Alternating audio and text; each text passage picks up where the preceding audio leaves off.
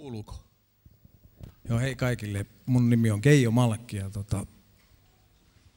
mä oon tullut 82 vuonna uskoon. Mä olin 26-vuotias silloin ja mä lyhyesti tässä kerron, mitkä tekijät johti siihen uskoon tuloon, että mä sain armon Herralta. Niin, mulla on ollut hirmu köyhä lapsuus, 5 veljestä, väkivaltainen isä ja semmoinen. Ja nämä kaikki huonot olosuhteet johti siihen, että heti 11-12-vuotiaana ajautui vähän niin kuin huonoille teille ja huumausaineisiin, alkoholiin ja tämmöisiä näin. Isä oli ollut väkivaltainen ja teki pojasta semmoisen hirmu aran ja herkän ja semmoisen, että oli hirmu vaikea. Koko aika oli päällä semmoinen pieni ahdistus ja tämmöinen näin. Ja siihen sopivasti tarjotaan yhteiskunnassa alkoholia ja se auttoi aina siihen tilanteeseen, ujouteen ja herkkyyteen ja tommoseen noin. Niin mutta minä rakastuin siihen alkoholiin vähän liikaa, että mä olin niin tietyllä tavalla ahdistunut, että mun piti juoda aina niin paljon, että mun kiintiö oli niin korkea, että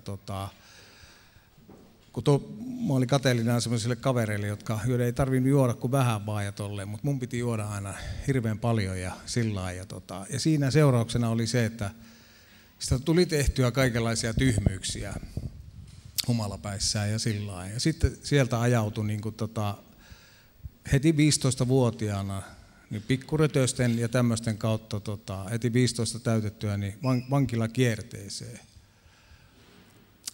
Ja muistan silloin aikoinaan, kun poliisit vei Mikkelissä 15-vuotiaana eka kertaa tuonne Mikkelin lääninvankilaan mua, niin ne vanginvartijat katsoivat, että lapsia kun te alatte tuomaan tänne, että olisitte antanut vähän edes kasvaa sitä, mutta poliisit vaan vastasivat, että me tuotiin heti kun oli vaan mahdollista ja sitten me oltaisiin tuotu vielä aikaisemmin, että niin paljon kaikenlaista pientä rötöstä tuli tehtyä.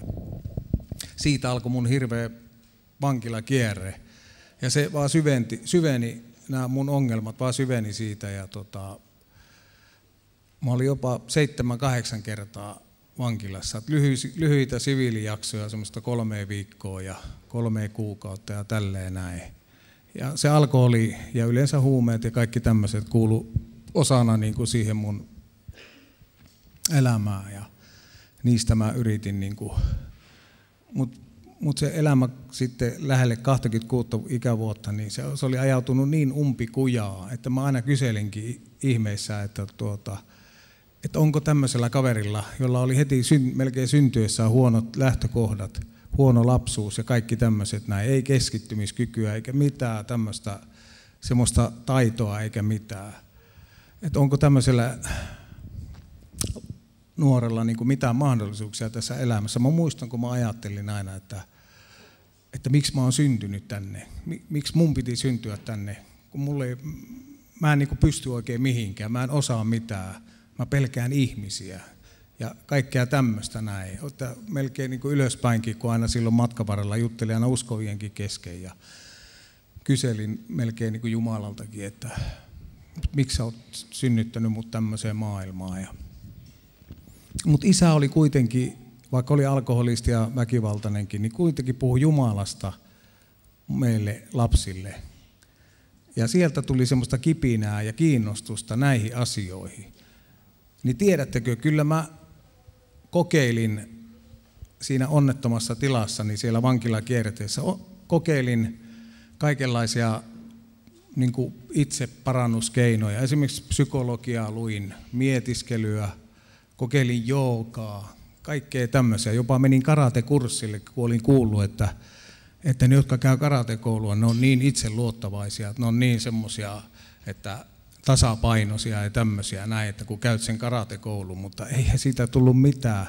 Pari kertaa mä kävin niissä harjoitteluissa, mä ajattelin, että voi mahdoton, jos tämäkin alkaa niin alkeista, että ei tästä tule mitään, koska mulla ei ollut keskittymiskykyä eikä mitään. Niin kuin siihenkään hommaan. Yleensä oikeastaan mihinkään hommaan. Niin se vaan on, että meikäläinen oli niin onnettomassa tilanteessa. Sitten mä tulin 26-vuotiaaksi, mä olin Huittisten varavankilassa. Mä olin sitä ennen jutellut uskovien kanssa, kadulla olevien nuorten kanssa, jotka oli jakanut mulle raktaatteja ja puhuneet Jeesuksesta ja tälleen. Ja mä ajattelin, että on kaikki kokeiltu tässä elämässä, että mikä ei ole tuntunut auttavan. Että oiskohan tuossa uskoon tulossa niin kuin mahdollisuus mun elämään. Ja se alkoi mua vaivata. Ja mä tiesin siellä, kun mä olin 8. tuomiollakin, että yläpetillä ja alapetillä ja yläpetillä. Ja mä muistan, kun mä aina ajattelin, että usko pitää kokeilla vielä. Että voi mahoto, jos se ei auta mun elämässä, niin mihin mä joudun? Ja sitten tuli päivä, mä päätin, että seuraava kokous, kun tulee sinne vankilaan, mä muistan, se oli vielä tämä Väinö Harjula, joka tuli pitämään kokousta sinne Huittisten varavankilaan. Ja mä päätin jo, että kun tulee se loppukohtaus, niin se lopputilanne, jossa pastori kysyy tai tämä vetäjä, että onko täällä ketään, joka haluaisi tulla uskoon. Minä nostin käden ylös siellä, että minä haluan tulla uskoon.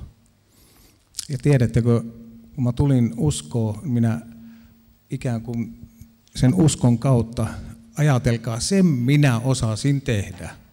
Uskoa siihen, vaikka mä en nähnyt.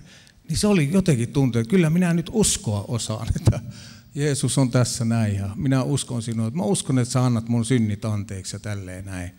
Mutta kuitenkin oli niin kuin ikään kuin semmoinen siitä aikaisemmasta yrittämisestä ja lukemisesta ja tämmöisestä tullut semmoinen, että Jeesuskin sanoisi, että mä ootin oikein, että käy polvilleen tai lue kirjaa, lue sitä, harjoittele, tee sitä, tee tätä.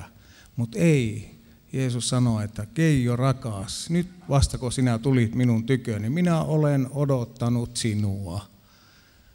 Sinä uskot minuun, näin minä voin toimia sinun elämässäsi. Ja tiedättekö sen pienen Keijo-pojan, mä sanon, että Keijo-pojan, vaikka olin 26-vuotias, niin se mun pieni usko alkoi tuottaa hyvää hedelmää. Jumalan pyhä henki tuli mun sisimpää siinä hetkessä ja alkoi tehdä työtä. Pikkuhiljaa heti muutaman päivän päästä mä olin kova kiroilemaan ja sillä esimerkiksi mä olin siellä Huittisissa semmoisessa työpaikassa, että satuin lyömään peukaloa ja siinä oli mun kavereita ympärillä ja tottahan siinä piti vielä kirota, kun sattui peukaloon niin hirveästi, että tuli niin heikko olo. Niin ikään kuin ääni kuului sisältä, ikään kuin semmoinen ääni, että Keijo rakas, että tiesitkö muuten, että sun ei enää tarvitse leikkiä kovaa kaveria, eikä sun tarvitse kiroilla, eikä mitään tämmöistä näin.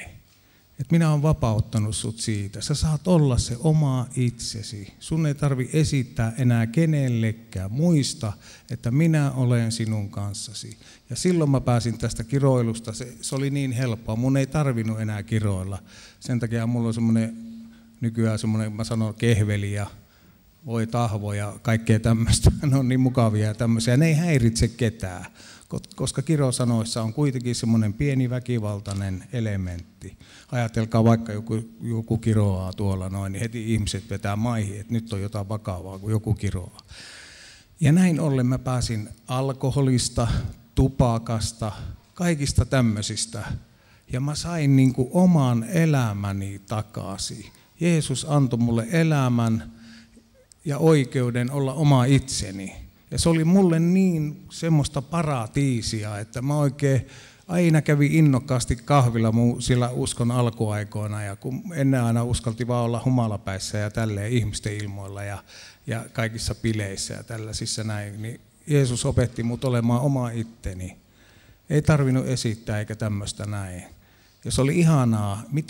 Ja siitä seurasi se, josta mä innostuin vielä enemmän, että mitä enemmän mä olin oma itteni, niin sitä enemmän mulla oli kavereita ja ystäviä. Että minä nautin siitä ja nautin vieläkin, että mä saan olla se oma itseni.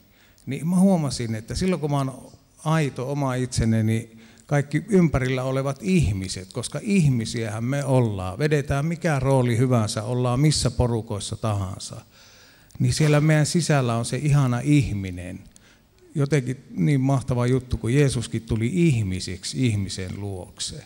mustan, keltaisen, miehen, naisen, nuoren, vanhan. Ihmiseksi Jeesus tuli. Et se oli ihana titteli Jeesuksella. Hän ei tullut tänne kuninkaaksi eikä maaherraksi eikä tämmöiseksi, vaan hän tuli ihmiseksi, että Keijollakin oli mahdollisuuksia. Jeesus sanoi, että ottakaa ristiin ja seuratkaa minua. Jeesusta on ollut ihana seurata nämä 10 vuodet ja ihana puhua ihmisille uskon tiestä. Se on niin mielettömän upeata, se on niin aitoa, se on niin luonnollista, se on niin ihanaa. Ja saada nähdä, miten ihmiset ympärillä, missä mä liikunkin, taidenäyttely, mä oon nykyään taiteilija, taidekauppias. Jumala antoi ammatin mulle ja kaikki tämmöiset. Nyt mulla on pieni poika, 7-vuotias, vaimo, ihana vaimo, kaikki tämmöiset asiat, mitkä oli täysin mahdottomia mun elämässä silloin. Missä minäkään olisin, jos ei olisi ollut tämmöistä mahdollista kuin uskoon tuloa, jota mä niin lämpimästi suosittelen kaikille ihmisille. Aamen, kiitos.